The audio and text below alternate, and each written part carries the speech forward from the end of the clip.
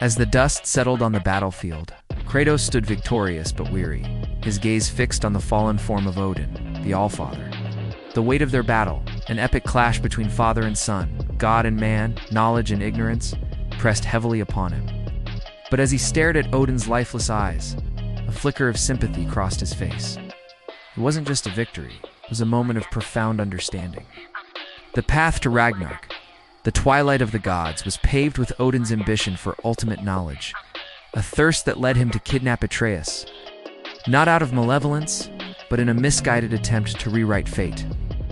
Odin believed he could avert Ragnarok, the foretold destruction of Asgard, and the death of its inhabitants, including Thor, by concealing Atreus, who was prophesied to be Loki, the trickster god destined to bring about Ragnarok. But his actions only hastened the prophecy he sought to avoid. In the heart of Vanaheim, the realm of the Vanir, Odin's grand plan started to unravel. Freya, the Vanir goddess, whose love for Odin was as deep as her sorrow for her slain brother, Baldur, sought solace in Mimir, the wise old tree. She poured out her grief and frustration, lamenting Odin's refusal to listen to the pleas of mortals and gods alike. In a moment of heightened emotion, she made a fateful decision. Freya vowed to reveal Odin's whereabouts to Kratos and Atreus, hoping they could put an end to the Allfather's tyranny. Her hope rested on the Spartan, the ghost of Sparta, who had shown mercy when he could have dealt death.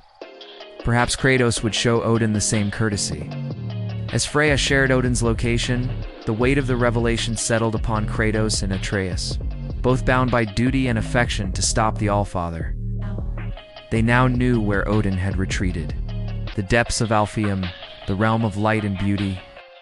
Here, Odin had hoped to be safe, shielded by the protective magic of the elves. But this proved to be a fatal miscalculation. Meanwhile, in the realm of Svartalfheim, the dwarves, renowned for their skills in crafting and smithing, were preparing for war. Their leader Brock, along with his brother Sindri, had received a desperate plea from Freya. They were to create weapons capable of piercing Odin's formidable defenses, a task that tested the dwarves' ingenuity and determination. Atreus, now embracing his true form as Loki, stood before a massive forge, his eyes focused intently on the glowing metal. In his hand was the hilt of his new weapon, one that the dwarves had crafted specifically to pierce Odin's defenses. He pulled the blade towards him, and the dwarves gasped in awe. The weapon, imbued with Loki's power, was complete. The confrontation between Kratos and Odin was inevitable, and the stakes were higher than ever. As the god of war and the Allfather prepared to face off, the dwarves' handiwork would play a pivotal role. This wasn't just a battle, it was a clash of ideologies, a struggle between knowledge and instinct, foresight and immediate action. The air crackled with anticipation as the warriors assembled in the great hall. Among them stood Kratos and Atreus, the ghost of Sparta and the young god of mischief, their presence a stark contrast against the backdrop of the assembled Aesir.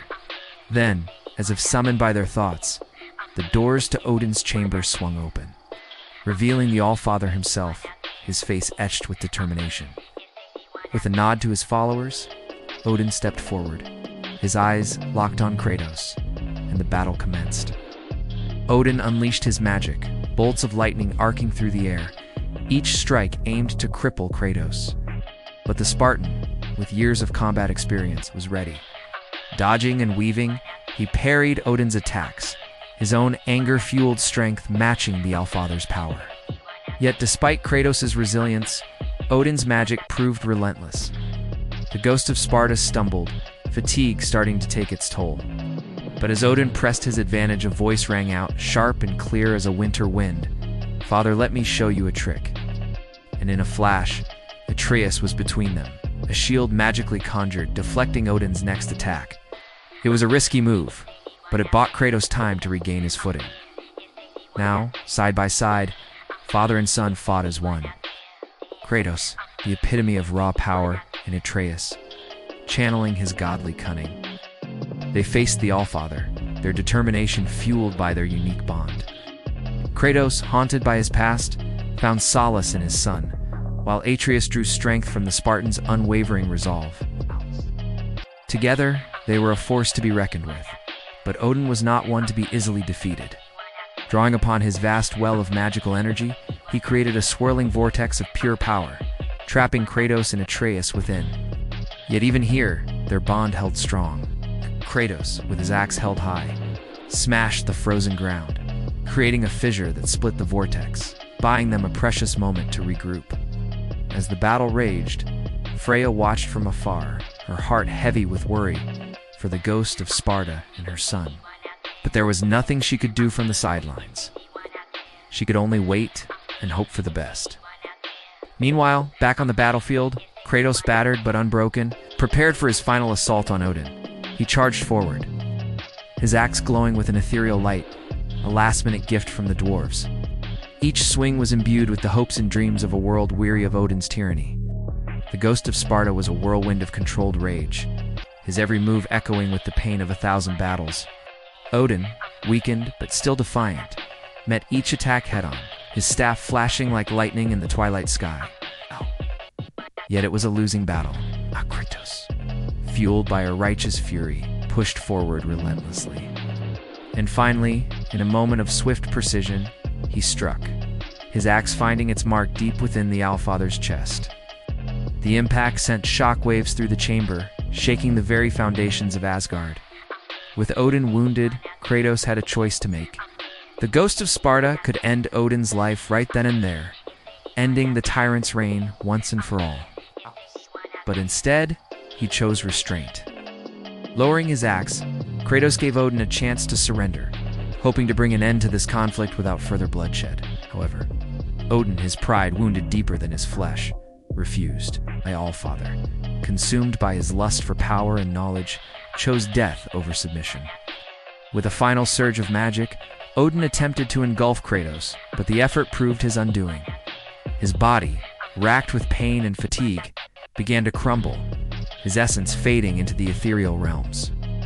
As Odin slipped away, his final moments were filled with regret and a dawning realization. He had sought to control the flow of knowledge, to bend fate to his will, but in doing so, he had only hastened his own demise. The irony was not lost on him, but there was no time for remorse. With a final shudder, Odin's form dissipated, leaving behind only a whisper of his former power. Kratos stood amidst the ruins of Odin's chamber, the silence deafening in the wake of the Allfather's demise. His gaze, hardened by years of battles, now held a hint of sadness. He had won the fight, but the cost of victory weighed heavily on him. The ghost of Sparta had shown mercy, but Odin had chosen death. It was a grim reminder of the complexities of his existence, a constant struggle between his primal instincts and his evolving sense of morality. The echoes of battle slowly faded, leaving behind a sense of somber triumph. Kratos, the ghost of Sparta, had once again proven his might, but this time the victory felt hollow. The twilight of the gods was upon them, and as the realms of Asgard trembled, he knew that this was only the beginning of a much greater conflict.